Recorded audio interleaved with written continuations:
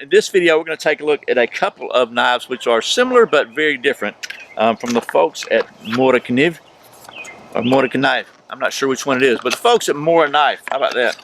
I'm talking about the Kansbol and the Eldris.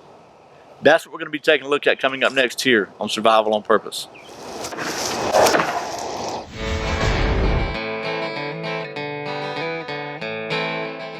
Welcome back to Survival on Purpose, your home for information and gear reviews related to camping, survival, and general preparedness for regular folks. My name's Brian. Thanks for joining me. So the folks at Mora Kniv, did I get that right? Anyway, folks at Mora Knives, Industrial Revolution, whereas their U.S. distributor, I believe, were kind enough to send me a couple of their reasonably recent knives. I think these are a year or two old, but the Kansbol and the Eldris. And I said they're kind of similar and kind of different because I think they have a similar grind, which is a little different from a standard like a companion, which is the more that we all kind of grew up on, right? But in the last few years, Mora has really, they've broadened their design philosophy and come out with some really cool knives. So not that the first ones weren't cool, because I think we all would agree that they're really good value knives. And these are, I think, good values too, but they're a little bit heavier duty and a little bit maybe more robust, so to speak. So we're going to talk about both of these knives. I'll just show you what I think is similar about them and what's different. First of all, the Kansbol is more of a traditional size knife. It's got a really very nice, grippy, comfortable handle on it. I'm sure it's not a full tang knife. It's like a traditional Mora. It's probably a stick tang in here. It's pretty lightweight. Actually, I've got the specs on it right here. Maybe I could just give them to you. It's made out of the Swedish Sandvik stainless steel, I believe is what it's called. It features a 4.3 inch, or for those of you still stuck in that old metric system, 109 millimeter blade with an overall length of 8.9 inches or 226 millimeters. The blade thickness is 0.1 inch, 1/10 of 1 inch, or 2.5 millimeters, and it weighs just 4.7 ounces or 134 grams. You know, I'm going to get comments about that stuck in the metric system thing, because apparently there are people in this world that take their units of measurement extremely seriously, and they are by no means anything to joke about. So there you go. So anyway, but what's different about this one than, say, a companion is it's got a 90-degree spine. That's something that most of the older Moras don't have. That's specifically done so you can scrape and you can strike a ferro rod. I think that is that's a nod to the movement in at least modern bushcrafting to do a lot of scraping and ferro rod striking and all that with your knife. But it's also got a pretty different grind on it. So it's got like a traditional Scandi grind down to about right here, right at this point, and then it kind of comes off into more of a, I don't know, a saber grind maybe. The angle is the same all the way down on the bevel, on the grind, but the angle of the blade itself changes, so that gives you a different angle of the actual shoulder here of where the bevel turns into the blade, if that makes sense. So I think the blade is pretty flat like a Scandi grind here on this part of it, and this part here the blade tapers down to a secondary grind. As it turns out, it's of course very, very sharp like a Mora, and I think what that does, it gives you a lot thinner end of it. So even though you got traditional Scandi here for like carving feather sticks and stuff, this gives you more of a flatter, thinner area here for doing finer work. And that's just my opinion. Nobody from Mora told me that. And then this one comes with a kind of a traditional plastic sheath like a Mora's got, but instead of the little plastic clip, it's actually got a leather belt clip. I think this may be available with a like a MOLLE compatible sheath and stuff too, because I know this little leather thing will come from, I believe it'll just come right off of there like that, and you can have it just like that, however you want. So there's that one. We're gonna do some knife stuff with this in just a minute. Probably gonna check the balance, and then the next knife. And the reason we're looking at these together is because if you'll notice, the blade shape, and this is, I'm sorry, I'm rambling and unfocused right now, but that's just the way it kind of is. If you notice, the blade shape is very similar here. They both have kind of I guess a graduated kind of different, multi-compound angle bevel blade sharpening thing there. Okay, So this is the Eldris. As you can see, it's very small. They actually have a neck knife and a kit thing you can buy for this, but you got a place here you can put a lanyard, make it perfect neck knife size, and it's just a. You might think, why would I need a knife that small when I have a knife? But I'm telling you, I've been using this a lot lately. It comes in really handy. It's got a big enough grip on it that you can really get it and squeeze it and hold it. It's very comfortable. You got a whole lot of control with this on a very small blade for doing really fine, controlled task stuff.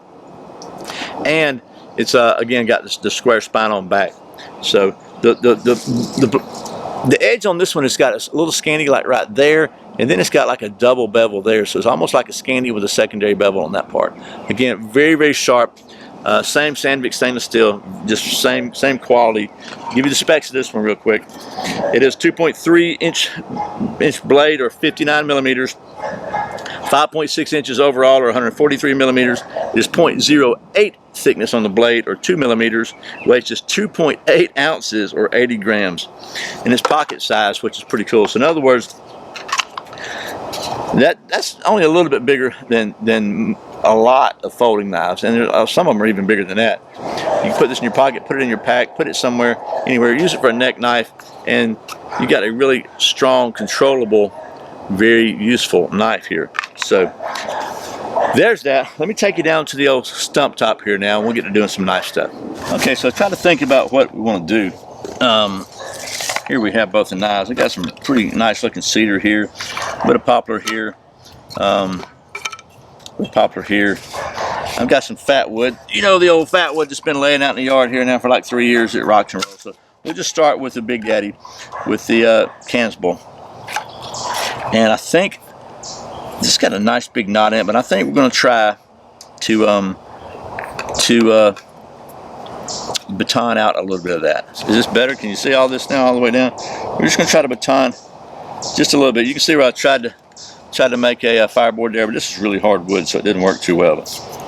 And it's not a full tang knife, but if you're careful, you can do this. And again, I'm not trying to split a log. I'm just trying to carve off a piece here. And I think that, in my mind, that's just a simple way to do it. Is use a baton. So now we got that off. Now let's see if we can carve some really pretty feathers. Oh man, it cuts. You know what it cuts like? It cuts like a Mora.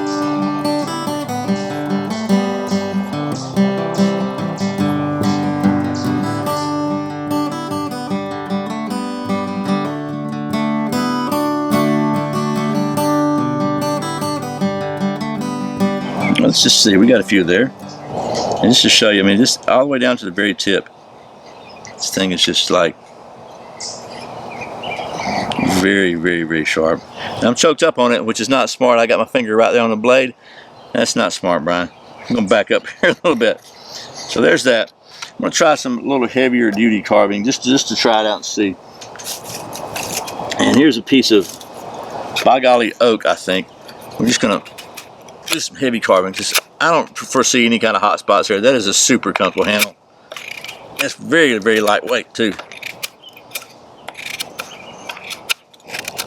No issues there. It's not a chopper. We're not even going to try to chop with it, but no hot spots, none whatsoever. It's just, I mean, Mora is famous for being very, very comfortable. So you can do push cuts with it. You got a sharp spine all the way down to the very end here, but if you needed to do like really fine carving notches or trying to really get in there, that's where this part of the blade right here, the thinness really does give you some controllability and just some ability to do some really nice detail work. Now I would say, you know me, I like a sharp spine as much as anybody, and I guess it would just add to the manufacturing cost. I think it'd be pretty cool if this part of the spine here wasn't sharp, because then you could get a little more comfortable push cutting. But because that's the one negative a lot of people have about sharpened spines is it's not as comfortable when you're doing some different kinds of cuts, like push cuts, because it does kind of uncomfortable on your thumb, but it works really well. And so there's that. Oh, I guess you want to see that it will actually strike a ferro rod. This is a Exotac Poly Striker XL, which in my experience are pretty hard rods. They're not like super soft ones. So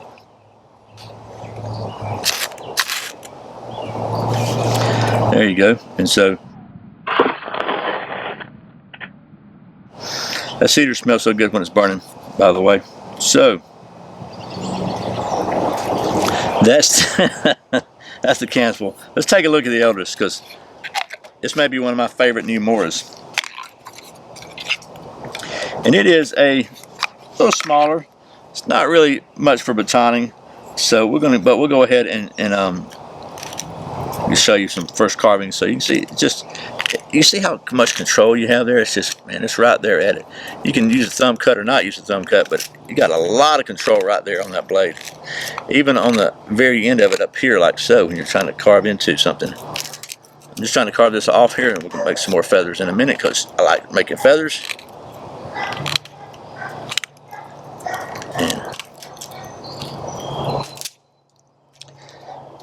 So just to show you, let me move this out of the way. We'll make some new feathers on this one. And I think what I'm going to do on this one is actually split this again. So let's try it this way. See if we, instead of batoning it, let's see if we can just do this.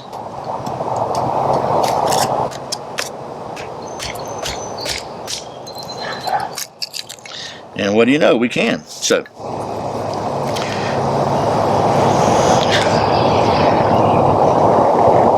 look at the control this thing's got, man. Just gives you such control.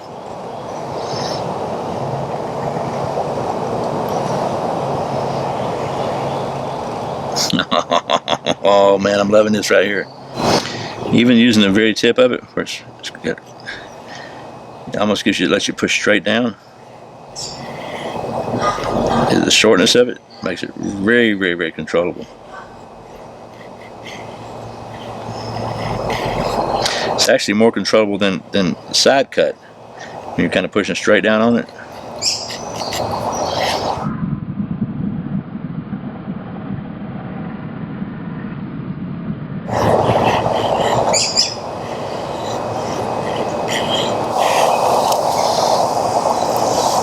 Look at that. Isn't that pretty? Isn't that just pretty? So we're gonna cut that off now. I'll show you a couple of things I like about this. So there's that nice little curly cues. What you can also do to really help your fire is scrape the wood on back.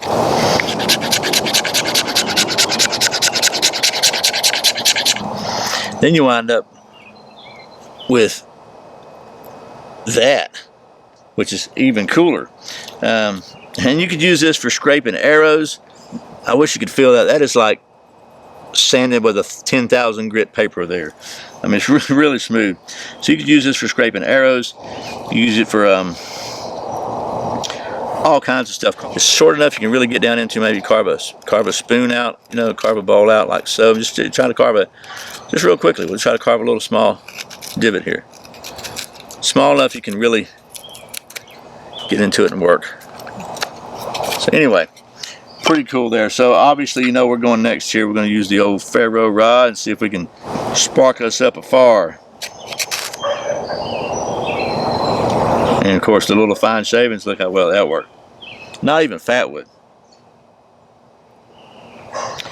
Yep, come on, baby, you got it. And there she goes. Pretty cool. Yeah, cedar smells great when it's burning. So that's the Eldris.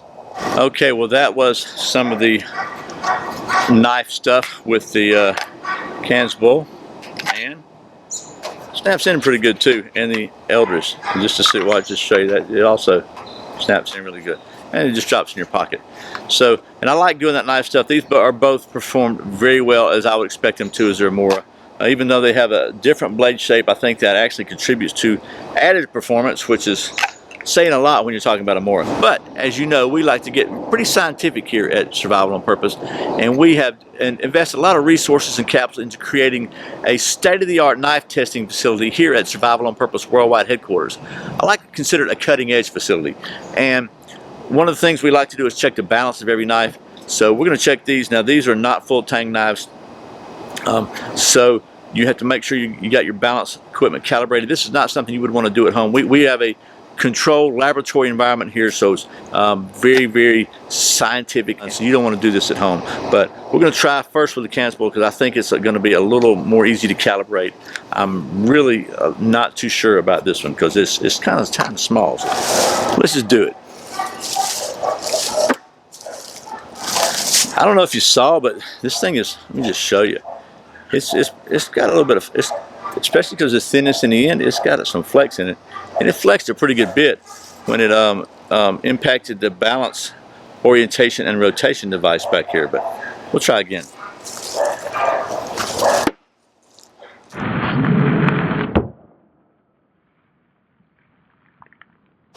It's got that little wah factor. We're going to call that one balanced, the Kansbol. Let's try the Eldris now.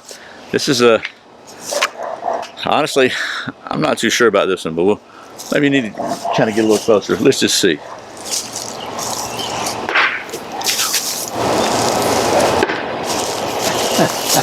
That's different.